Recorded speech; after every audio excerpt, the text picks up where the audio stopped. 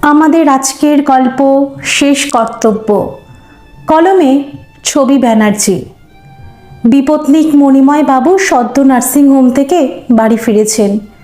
দীর্ঘদিনের হার্টের পেশেন্ট মণিময় বাবুকে বছরে কখনো 2বার কখনো 3বারও নার্সিংহোমে যেতে হয়। 4-5 দিন থেকে সুস্থ হয়ে বাড়ি ফেরেন।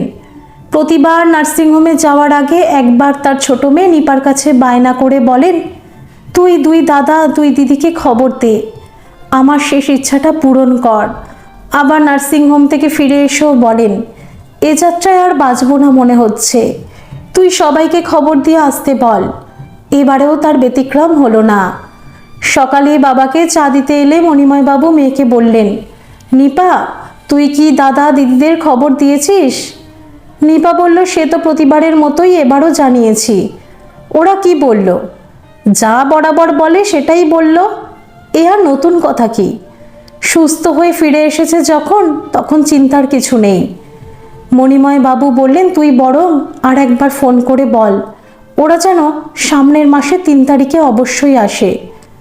নিপা বলল, ওরা কোনো মাসেই আসবে না বাবা, ওরা তো কেউ আমার মতো বেকার নয়, ওদের নিজেদের সংসার আর কাজকর্ম নিয়ে ব্যস্ত জীবন।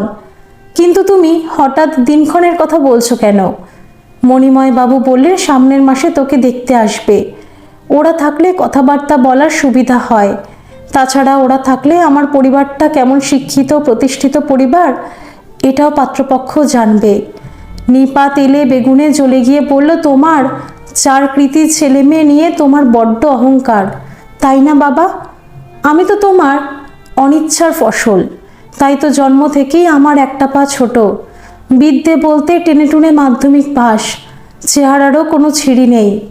এমন মেয়ের যে বিয়ের বাজারে কোনো দাম নেই, সেটা তো সেই 18 বছর বয়স থেকেই তোমরা খুব ভালো করেই জানো। তোমার আর আমার 2 দাদা দিদিদের চেষ্টার কোনো ত্রুটি ছিল, এ কথা শত্রুরাও বলতে পারবে না। তাই বলছি, এবার ক্ষান্ত দাও আমাকে। আমার 34 বছর বয়স চলছে। সেই 5 বছর থেকে তুমি আমার বয়সটা 87 আটকে রাখলে, মিথ্যেটা তো সত্যি হয়ে যাবে না। এত বছরের অভিজ্ঞতাতে মোটামুটি এটাই বুঝেছি, পাত্রপক্ষের 3টে চাহিদা, রূপ, বিদ্যে আর অর্থ। প্রথম দুটোকে আমি ডাহা ফেল, 3 নাম্বারটাও পরনির্ভর। তাই বলছি, এই প্রহসনটা এবার বন্ধ করো বাবা। তোমাকে কটু কথা বলতে আমার খারাপ লাগে। ওরা তো বেশ কয়েকবার আমাকে দেখতে আসার আগে এসেছিল, তাতে লাভটা কি হয়েছে? বরং যতবারই বিয়েটা ভেঙে গেছে ততবারই ওরা নিশ্চিন্ত হয়েছে, তোমাকে দেখাশোনার কর্তব্য থেকে মুক্তির আনন্দ পেয়েছে। মণিময় বাবু বললেন, মারে, তোর রাগ অভিমান ক্ষোভ থাকাটাই স্বাভাবিক, কিন্তু বাবা হিসাবে আমারও তো তোর প্রতি একটা কর্তব্য আছে। আমাকে তো চেষ্টা করতেই হবে। কতজনেরই তো এই বয়সে বিয়ে হয়। তোর কথা ভেবে আমি যে মরেও শান্তি পাবো না মা। নিপা বলল, বাবা, তোমার নাটকীয় ডায়লগ শুনতে আমার আর ভালো লাগছে না। ওসব শুনে শুনে আমার কান পচে গেছে। তোমার মৃত্যুর পর দাদা দিদিরা যদি খুশি মনে আমার দায়িত্ব নিত, তুমি সেটাও বন্ধ করছো। কি বলছিস রে মা? আমি বন্ধ করছি? করছো না? তুমি মায়ের মৃত্যুর পর গয়নাগুলো যে আঁকড়ে ধরে বসে আছো, সেটাতে ওদের রাগটা টের পাও না? ওদের না জানিয়ে গোটা একতলায় ভাড়াটে বসিয়েছ, সেই টাকা তুমি আমি ভোগ করছি, এটাও তো ওদের রাগের কারণ।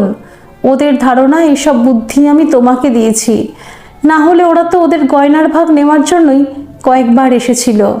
হয়তো কথাটা সোজাসুজি পারতে ওদের ভদ্রতায় বেঁধেছিল। সত্যি বলতে মায়ের গয়নাতে 2 দিদি আর বৌদিদের ন্যায্য অধিকার। আমার কথা না হয় বাদই দিলাম, মধ্যেখান থেকে তুমি ওদের চোখে আমাকে ভিলেন সাজিয়ে রাখছো। তোমার কিছু হয়ে গেলে ওরা তো ভাববে আমি অর্ধেক গয়না সরিয়ে রেখে বাকিটুকু ওদের দেখাচ্ছি। এমনিতেই বাকি জীবন আমাকে ওদের দয়ার ওপরেই বাঁচতে হবে। মণিময়বাবু বললেন, আর আমাকে দেখা ওদের কর্তব্য নয়?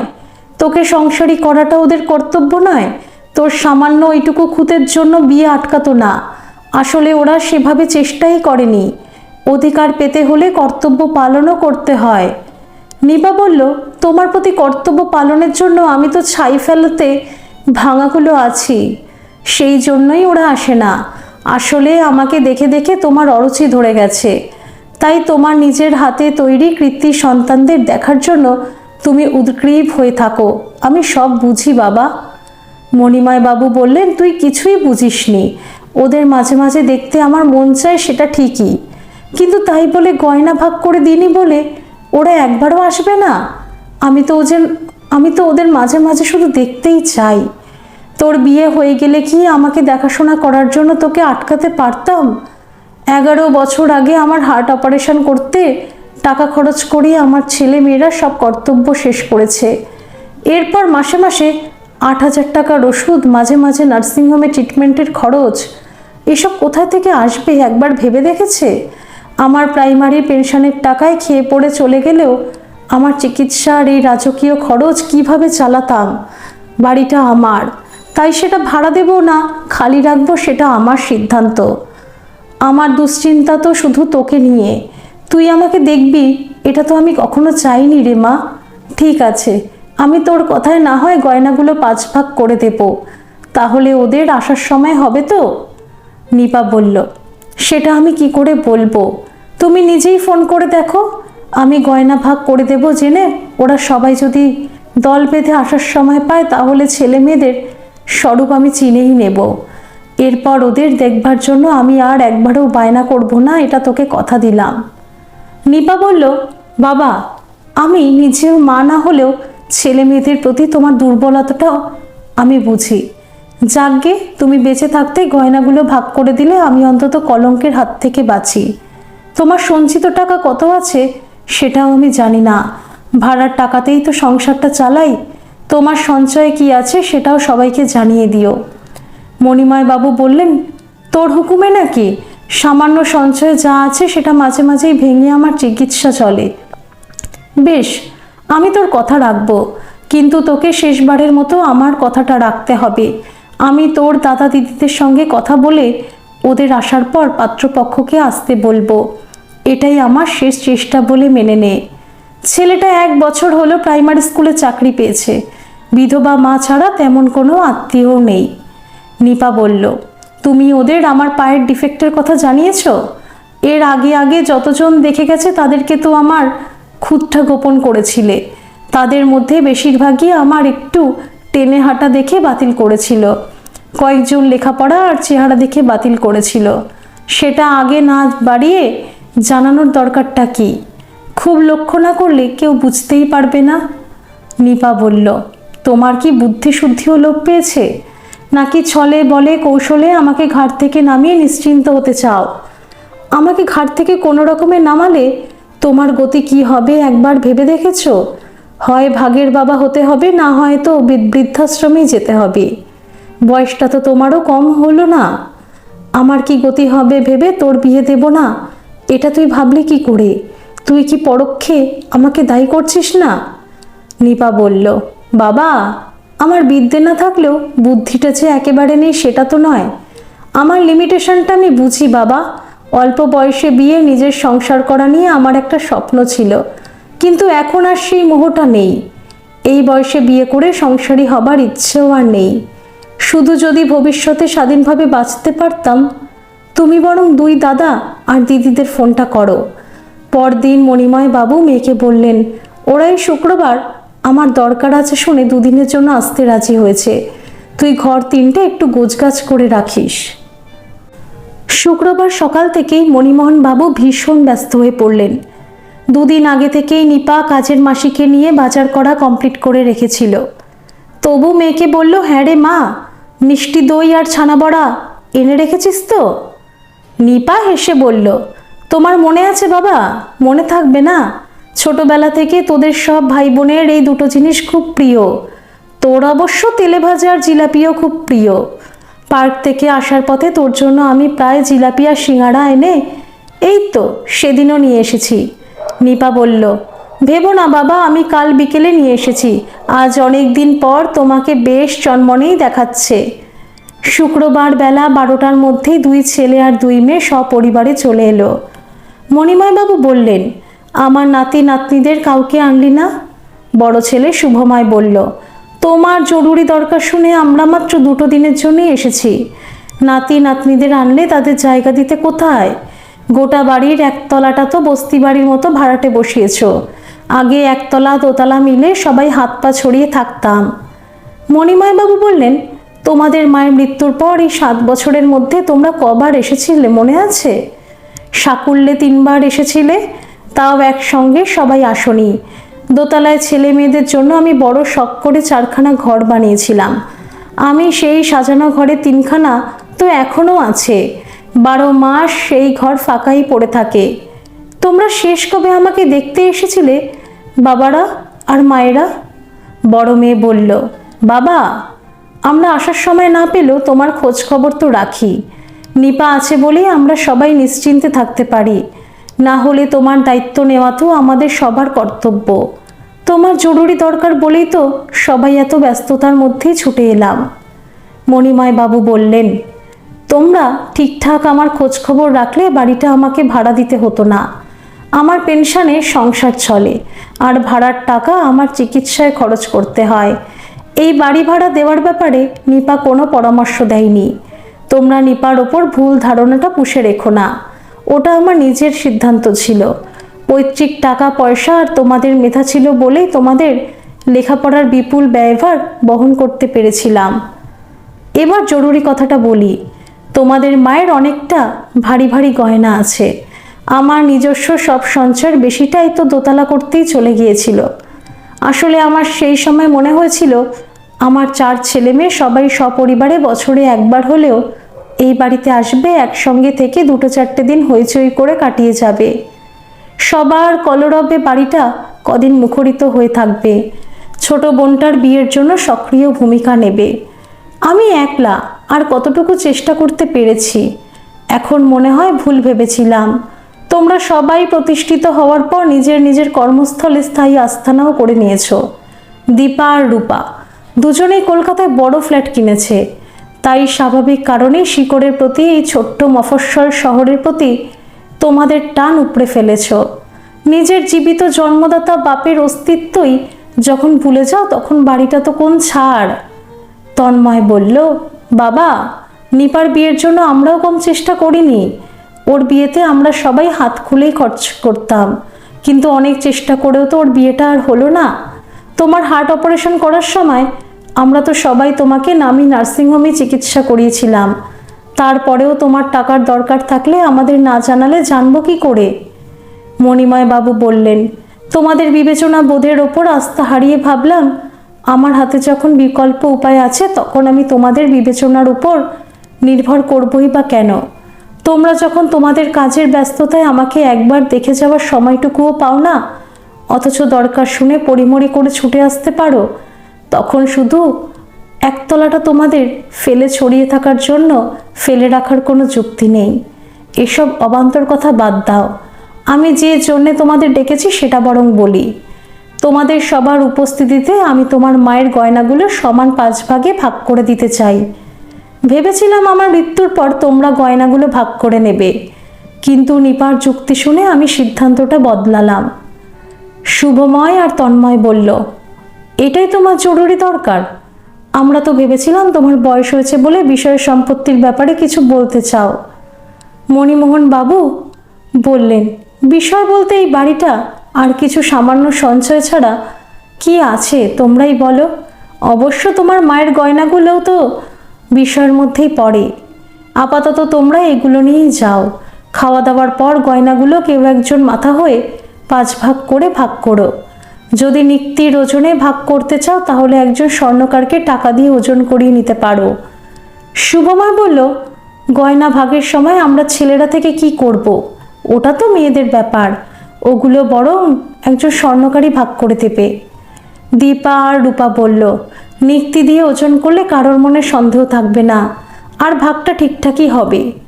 মণিময় বাবু বিড়বিড় করে বললেন, নিক্তির ওজনে যদি ভালোবাসাটাও মাপা যেত। রূপা বলল, কিছু বললে বাবা? না, কি আর বলবো। বিকেলের দিকে স্বর্ণকার এসে সব ভাগ করার পর সে বলল, মশাই, নিক্তির মাপ হলো 4-5 আনা সোনার, একটু এদিক ওদিক হচ্ছে। আপনারা বললে একটা সলিড চুড়ি কেটে ভাগটা সমান করতে পারি। সবাই বলল, তাই করুন না। শুধু নিপা বলল, আমার ভাগে একটু কম থাক বাবা, শুধু শুধু তৈরি গয়না ভেঙে কি হবে? তাছাড়া আমার গয়না আর কি কাজে দেবে? মণিময় বাবু বললেন, গয়না কাজে না দিলেও বিপদের সময় গয়না বিক্রির টাকা তো কাজে দেবে। বেশ, তুই বলছিস যখন, তখন ওজনের সামান্য হেরফেরটুকু না হয় তুই মেনেই নে। ওরা যে যার ভাগ বুঝে নিয়ে যাওয়ার আগের রাতে বলল, বাবা, আশা করি তোমার এখন টাকা পয়সার সমস্যা নেই। বাড়ি ভাড়া থেকে নিশ্চয়ই বেশ ভালো টাকাই পাও। তুমি কি আর কিছু বলতে চাও? মণিময় বাবু বললেন, আপাতত টাকার সমস্যা একেবারেই নেই, বরং কিছু জমেই যায়। শুধু নিপাকে যদি সংসারী করে যেতে পারতাম। একটা ভালো ছেলের খোঁজ পেয়েছিলাম, কিন্তু নিপা কিছুতেই আর রাজি হচ্ছে না, শুধু আমার ওপর চোটপাট করছে। তোমরা কি সবাই মিলে বোনকে একবার বোঝাবে? শুভময় বলল, বাবা, নিপার তো প্রায় বিয়ের বয়স পেরিয়েই গেছে। তারপরে ও যখন একান্তই রাজি হচ্ছে না, তখন ওকে ওর মতোই থাকতে দাও না। ওর সব দায়িত্ব আমরা নেব তো বলেইছি। ওরা সবাই চলে যাওয়ার পর মণিময় বাবু একদম চুপচাপ হয়ে গেলেন। এখন আর খাওয়া দাওয়া নিয়ে বায়না করে না, ওষুধ খাওয়ার সময় অনিচ্ছাও প্রকাশ করে না। গান শুনতে এত ভালোবাসতো, সেই গানও এখন অনীহা। শুধু টিভিতে খবর দেখা আর একটা খাতা আর পেন নিয়ে কী সব লিখে চলে। নিপা একদিন থাকতে না পেরে বলল, বাবা, তুমি এমন চুপচাপ হয়ে গেলে কেন বলো তো? আর খাতায় ঘাড় গুজে কি লেখো? মণিমোহন বাবু বললেন, সারা জীবনের হিসেব নিকেশ লিখি রে মা। তুমি তো সবাইকে একসঙ্গে দেখলে, এখন তো তোমার মন ভালো থাকার কথা। সামনের পার্কে একটু ঘুরে এলে 5টা মানুষের সঙ্গে কথা বললেও তো ভালো লাগে। দিন রাত ঘরে মুখ গুজে থাকতে ভালো লাগে, নাকি আমার ওপর রাগ করেছ? আমি জানি বাবা, আমাকে নিয়ে তোমার ভাবনার শেষ নেই। কই, আমি তো ভাবি না। শুধু শুধু ভেবে কিছু লাভ হবে? মাঝখান থেকে তোমাকে দুটো বাজে কথা বলে পড়ে আমার নিজেরই খারাপ লাগে। তুমি ছাড়া আমি রাগটা দেখাবই বা কাকে? তোমার মতো করে আমাকে বোঝাই বা কে? বাবা, ভাগ্য বলেও তো কিছু আছে। ভাগ্যের ওপর কি তোমার আমার হাত থাকে? আমার তো ভবিষ্যতে খাওয়া পড়ার অভাব হবে না, এটাই তো অনেকের থাকে না। তুমি চুপচাপ থাকলে আমার ভালো লাগে না বাবা। মণিময় বাবু বললেন, আমি কিছুই বললে তুই বলবি নাটকের ডায়লগ বলছি। নিপা বলল, বাবা, সেই কোন কাল থেকে তোমার হা হুতাশ, দাদা দিদিদের আহা উহু শুনে শুনে আমার সত্যি মনে হয় তোমরা সবাই আমাকে করুণা করছো। আর কথাটা তো সত্যি। এতদিন আমি তোমার করুণার ওপর বেঁচে আছি, ভবিষ্যতে দাদা দিদিদের করুণার ওপর বেঁচে থাকতে হবে। তবু কেন যে মাঝে মাঝে মেজাজ হারিয়ে ফেলি। মণিমোহন বাবু বললেন, মারে, তুই বুঝবি না। সবচেয়ে দুর্বল সন্তানের ওপর চিরকাল বাবা মায়ের একটা আলাদা টান থাকে। বাদ দে, এবার আমি তোর কথা রাখলাম বলে শান্তি পেয়েছিস তো? হ্যাঁ বাবা, সত্যিই স্বস্তি পেয়েছি। শোন মা, অনেক ভেবে দেখলাম আমি তোর বিয়ের কথা বলে তোকে আর বিরক্ত করব না। নিপা বলল, যাক, এতদিনে যে তোমার সুবুদ্ধি হয়েছে এটা শুনেও শান্তি পেলাম। এই প্রসঙ্গটা না তুললে আমি তোমার লক্ষ্মী মেয়ে হয়ে থাকবো। মণিময় বাবু বললেন, আর একটা কথা, আমার একটাই রানিং অ্যাকাউন্টের বই আছে, সেখানে অনেকটা না হলেও কিছুটা টাকা আছে। ওই টাকাটা ভাবছি তোর আর আমার নামে জয়েন্টে মাসিক সুদে রাখবো। নিপা বলল, বাবা, আবার তুমি আমাকে জটিলতার মধ্যে ফেলে দিচ্ছ। আরে বাবা, এর মধ্যে জটিলতার কি দেখলি? আমি কতদিন বাঁচবো তার ঠিক আছে? প্রতিবারই তো একটু বাড়াবাড়ি হলেই মনে হয় এই বুঝি ওপরের ডাক এলো। তারপরেও তো দিব্যি তোর সেবা যত্নে বেঁচে আছি। টাকার সুদটা দরকার না হলে আমার আলগা অ্যাকাউন্টে জমা পড়বে, আর দরকারে তো আমার পিছনেই খরচ হবে। তুই তো জানিস একবার নার্সিংহোমে কতটা খরচ হয়। এটাতে তুই আর আপত্তি করিস না। কয়েকদিন পর আবার মণিময় বাবু আগের ফর্মে ফিরে এলেন। মেয়েকে এটা ওটা খাওয়ার জন্য বায়না করা, গান শোনা, পার্কে টুকটুক করে বেড়াতে যাওয়া, ভাড়াটেদের সুখ সুবিধার দিকে নজর দেওয়া, সবটা প্রায় নীরব মানুষের মতোই চলতে লাগলো। এমনকি মাঝে মাঝে নিপার জন্য তেলে ভাজা জিলাপিও আনতে লাগলো। নিপাও বাবাকে আগের মতো হাসি খুশি দেখেই শান্তি পেল। মাস 6 নিপার বেশ নিরুদ্বেগেই কাটল। মাঝে মাঝে 2 দাদা দিদিরা ফোন করে বাবার খোঁজ খবর নিত। মণিময় বাবু সচরাচর ফোন করতে বা ধরতে চাইতেন না। দু একটা মামুলি কথা বলে ফোনটা নিপাকে দিয়ে দিত। নিপা বলতো, তুমি ওদের সঙ্গে একটু কথা বললেও তো তোমার ভালো লাগতো। কি কথা বলতাম, আমি ভালো আছি আর তোরা কেমন আছিস এই তো বলা। নাতি নাতনি ফোন করলে বরং আনন্দ পেতাম, কিন্তু দাদু বলে কেউ একজন আছে সেটা কি আর ওদের মনে আছে? সবাইকে তো সেই কবেই দেখেছিলাম। আমার 4 ছেলে মেয়ের ঘরে 5টা নাতি নাতনি।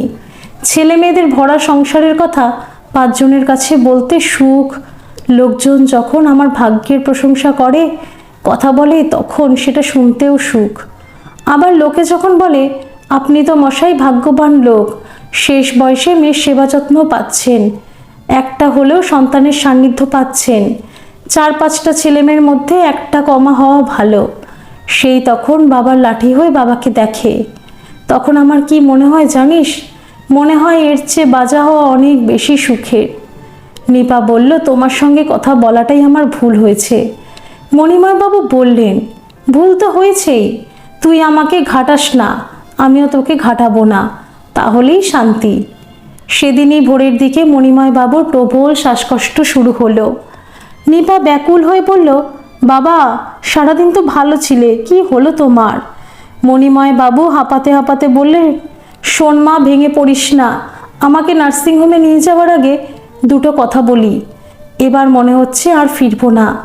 নিপা মন শক্ত করে বলল, বাবা এরকম অবস্থা তোমার বহুবার হয়েছে, আবার সুস্থ হয়ে উঠেছ, তুই একটু চুপ করে আমার কথাটা শোন।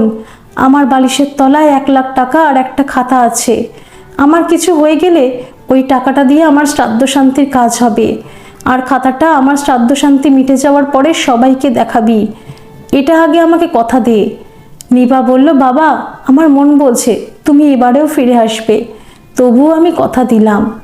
ভাড়াটেদের সাহায্যে মণিময় বাবুকে ভর্তির পরপরই তাকে অক্সিজেন চালু করে ডাক্তারবাবু বললেন, পেশেন্ট আপনার কে হন? আমার বাবা। প্রস্তুতি নিয়ে থাকুন, কাউকে জানানোর থাকলে জানিয়ে দিন, ওনার অবস্থা ভালো নয়, আমরা কিছুক্ষণের মধ্যেই ওনাকে আইসিইউতে দিয়ে দেব। নিপা প্রথমে বড়দা শুভময়কে ফোন করলো। বড়দা ফোন ধরে বলল, বল কি বলবি? নিপা বলল, বড়দা বাবার অবস্থা ভালো নয়, ডাক্তারবাবু সবাইকে জানাতে বলেছেন, তুমি সবাইকে খবরটা জানিয়ে একবার একটা দিনের জন্য বাবাকে সবাই দেখে যাও। বাবা মুখে কিছু না বললেও বাবা মনে প্রাণে চাইছে তোমাদের একেবারে শেষ দেখা দেখতে। শুভময় বলল, নিপা তুই কিন্তু পালে বাঘ পড়ার মতো ব্যাপারটা করছিস। এই তো 6 মাসও হয়নি সবাই বাবাকে দেখে এলাম, এখন তো বাবাকে দিব্যি সুস্থ দেখে এলাম, এই নিয়ে কতবার বলেছিস বাবার অবস্থা ভালো নয়, খেয়াল আছে? অবস্থা খারাপ বলাটা তোর আর বাবার একটা বাতিক, আমার নিজেরই এখন মরবার সময় নেই, আর সবাইকে না হয় বাবার ভর্তির কথা জানাচ্ছি। বাবাকে সুস্থ করে বাড়ি নিয়ে যা, আমি বলছি প্রত্যেকবারের মতোই বাবা এবারেও সুস্থ হয়ে বাড়ি ফিরবে। গলার স্বর একটু নরম করে বলল, মাসখানেক পর না হয় সবাই একবার যাব।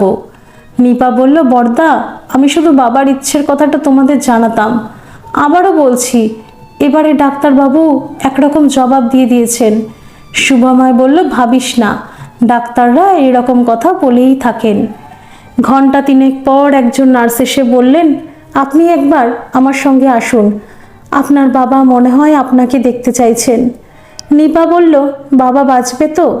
রিকভার হওয়ার সম্ভাবনা প্রায় নেই। নিপা ঘরে এসে দেখলো বাবা ব্যাকুল চোখে নিপার পিছনে আর কেউ আছে কিনা দেখছে। নিপা কাছে গিয়ে বলল, বাবা দাদা দিদিরা সবাই রওনা দিয়েছে, ওরা বিকেল পর্যন্ত এসে যাবে। মণিময় বাবু গভীর প্রশান্তিতে চোখ বন্ধ করলেন। সেদিন পুরো রাতটাই নিপা নার্সিংহোমেই থাকলো।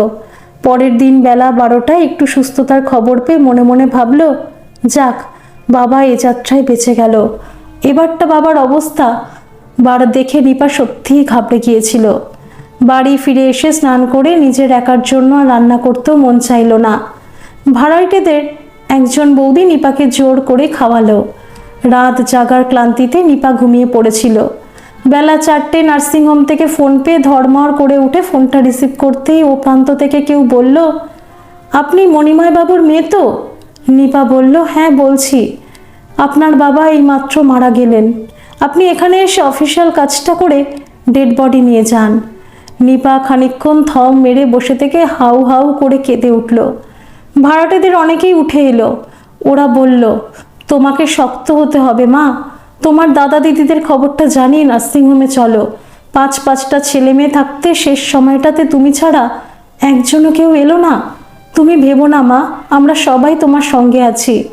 নিপা আবারও বর্দাকে ফোন করে বলল, বর্দা, বাবা এইমাত্র চলে গেল। শুভময় বলল, কি বলছিস, চলে গেল মানে? নিপা বলল, আকাশ থেকে পড়ার মতো কিছু বলিনি বর্দা, ডাক্তারবাবুর জবাব দেওয়ার কথা আমি তো আগেই জানিয়েছিলাম। তুমি এই খবরটা দয়া করে সবাইকে জানিয়ে দিও। শুভময় বলল, শোন নিপা, আমরা গিয়ে তো বাবাকে আর দেখতে পাবো না। আর সত্যি বলতে তুই তো বাবার সেবা যত্ন করলি, তুই বরং বাবার মুখাগ্নিটা কর। আমি সবাইকে খবর দিচ্ছি, আমরা শ্রাদ্ধের 2 দিন আগে সবাই আসব। তখন দিন 7 থাকবো, দুঃখ করিস না।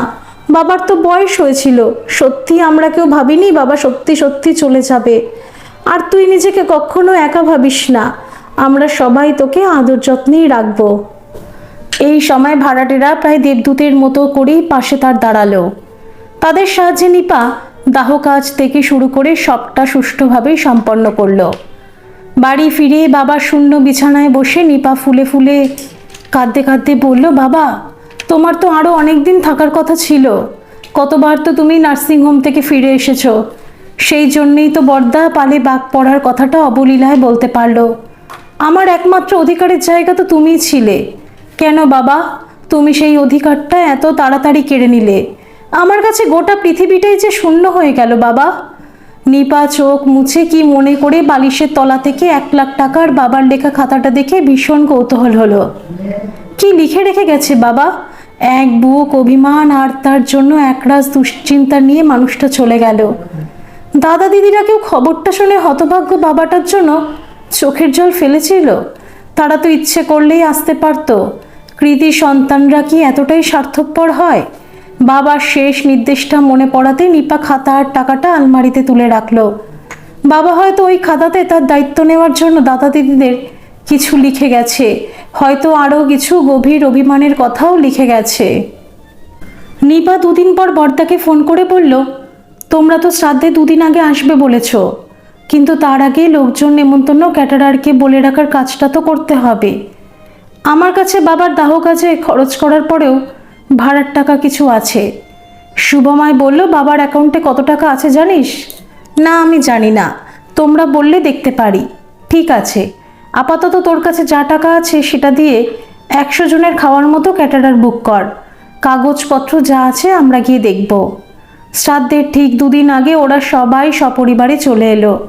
ছোটদা এসে বলল, বুঝলি নিপা, বাচ্চাদের আর শোকের বাড়িতে আনলাম না। নিপা বলল, শোকের বাড়ি? তোমরা এই 8 দিনে শোক কাটিয়ে উঠতে পারোনি বুঝি? তা ভালোই করেছো। বাবাই যখন নেই, তোমরা সবাই স্নান সেরে নাও। সবাই হবিষ্যি করবে তো, আমি সব জোগাড় করে রেখেছি। খাওয়া দাওয়ার পর শুভ ভাইকে বলল, হ্যাঁ রে, বাড়িটার ব্যাপারে কিছু ভাবলি? আমাকে মাসখানেক আগে একটা প্রমোটার ফোন করেছিল, অবশ্য দাম নিয়ে তেমন কথা হয়নি। তাছাড়া বাবা তো তখন মোটামুটি সুস্থই ছিল। ভাড়াটেরা যেভাবে মৌরসি পাট্টা গেড়ে বসেছে তাতে দাম কত দেবে জানি না। তন্ময় বলল, আমার সঙ্গেও এখানকার 2 জন প্রমোটারের কথা হয়েছিল। ওরাই বলেছিল আপনার বাবা আর খুব বেশি দিন টিকবেন না। দামের কথাটা আগে আলোচনা করে রাখলে ভালো হতো না? একজন তো বলল, আমরা রাজি হলে আগাম অ্যাডভান্সের টাকা দিতে আমি রাজি আছি। ভাড়াটের সমেত 1,20,00,000 দেবে বলেছে। তুই বললে আমি 1,30,00,000 রফা করতে পারি। দীপা বলল, আগে শ্রাদ্ধের খরচ কে কি দিবি সেটা আলোচনা করলে ভালো হয় না? আমি আর রূপা সমান খরচ দেব, কিন্তু এই বাড়ি আর টাকা পয়সার সমান ভাগ দিতে হবে। শুভময় বলল, পুরোপুরি সমান ভাগ চাওয়াটা একটু বাড়াবাড়ি হয়ে যাচ্ছে না? দীপা বলল, তাহলে কি রকম ভাগ হবে? শুভময় বলল, ধর, তন্ময়ের কথা মতো যদি 1,30,00,000 টাকা দাম পাই, তাহলে 45 করে আমরা 2 ভাই নেব, বাকি 40 লাখ তোরা 2 বোনে নিবি।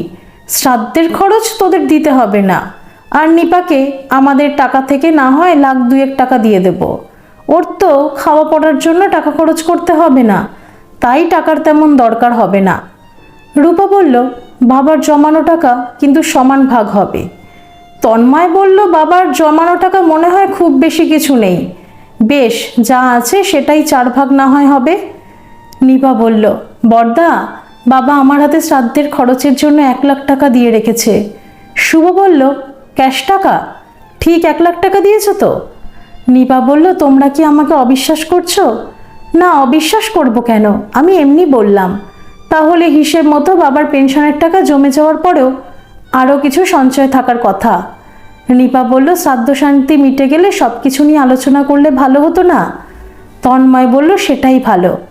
আচ্ছা নিপা, বাবা ভাড়াটেদের সঙ্গে এগ্রিমেন্ট করেছিল কিনা জানিস? শুভ বলল, ওসবে দরকারটা কি, শুধু শুধু সময় নষ্ট হবে। আমাদের এই 7 দিনের মধ্যেই একটা ব্যবস্থা করতে হবে। কারোর তো অনন্তকাল ছুটি নেই। কাজ মিটে গেলে তুই প্রমোটারের সঙ্গে বরং কথা বলে সব ফাইনাল করে ফেল। তারপর বাবার টাকা পয়সা কি রাখা আছে দেখব। আচ্ছা, নিপার দায়িত্ব কে নেবে? তন্ময় বলল, একা তো কারোর নেওয়ার কথা নয়।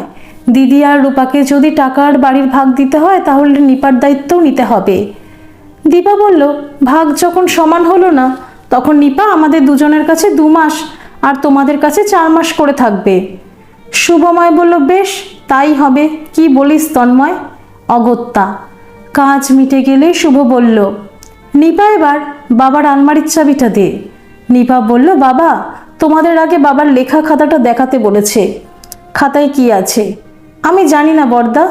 বাবা নার্সিংহোমে যাওয়ার আগে আমাকে দিয়ে প্রতিজ্ঞা করিয়ে নিয়েছিল শ্রাদ্ধ শান্তির আগে যেন খাতাটা কেউ না পড়ে। তন্ময় বলল, বেশ খাতাটাই আগে দেখি। খাতার প্রথমেই লেখা, এই লেখাটা আমি মণিময় মুখার্জি নিপাকে বাদ দিয়ে আমার 4 ছেলেমেয়ের উদ্দেশ্যে সজ্ঞানে লিখছি। আমি আমার শ্রাদ্ধের 1 লাখ টাকা নিপার হাতে দিয়ে রেখেছি। তন্ময় লেখাটা জোরে জোরেই পড়ছিল। নিপা বাবার লেখার এটুকু শুনে স্বস্তি পেল। শুভ বলল, পুরোটা পড়।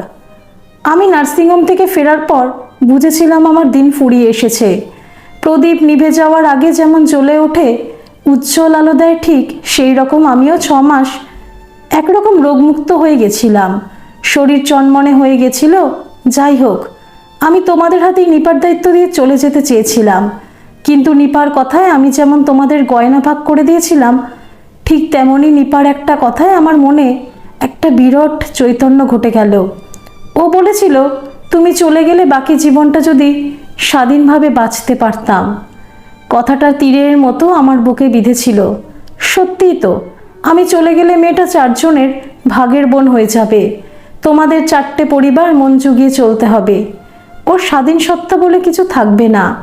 তাই এই গোটা বাড়িটা আমি নিপার নামে লিখে রেখে দিয়েছি। ভাড়ার টাকা থেকে ওর একটা পেট চলে যাবে, আর 4.5 লাখ টাকার একটা মাসিক সুদের কাগজ করে দিয়েছি। বিপদে আপদে বা ভাড়া উঠে গেলে নতুন ভাড়াটে আসা পর্যন্ত ওই টাকায় চলে যায়। একটা কারেন্ট অ্যাকাউন্টের বইয়ে 1 লাখ টাকা মতো আছে, সেটাও নিপার নামেই নমিনি করা আছে। আমার এই একটা মাত্র সন্তানই শুধু সব দিক দিয়েই দুর্বল। তোমাদের সবার নিজের নিজের আস্তানা আছে, টাকা পয়সাও যথেষ্ট আছে। আমি আশা করছি আমার এই ব্যবস্থাটা তোমরা সবাই খুশি মনেই নেবে। দোতলায় 3টে ঘর যেমন সাজানো ছিল তেমনই থাকবে। তোমাদের যখন ইচ্ছা হবে আসতে পারবে। বাড়িটা নিপার নামে হলেও তোমরা স্বচ্ছন্দে এখানে আসা যাওয়াও করতে পারো। নিপাকে আমি তোমাদের থেকেও ভালো চিনি। ও চিরকাল তোমাদের শ্রদ্ধা ও সম্মান করবে। আমার অনুরোধ, তোমরা সবাই সবার সঙ্গে ভালো সম্পর্ক রেখো। ইতি তোমাদের বাবা। চিঠির পুরোটা শুনে সবাই হতবাক হয়ে গেল। সবাই একসঙ্গে নিপাকে বলল, এটা তুই করতে পারলি? আমরা তোকে বিশ্বাস করেছিলাম। নিপার চোখ দিয়ে তখন নিঃশব্দে জলের ধারা নামছিল। চোখ মুছে বলল, আমি যদি বলি আমি কিছুই জানতাম না তাহলে তোমরা বিশ্বাস করবে না। তবে বাবা, আমার এই ব্যবস্থা না করলেও আমি তোমাদের বোঝা হয়ে যেতাম না। বাবা শেষবার ফিরে আসার পর আমিও বুঝেছিলাম বাবা আর বেশি দিন নেই।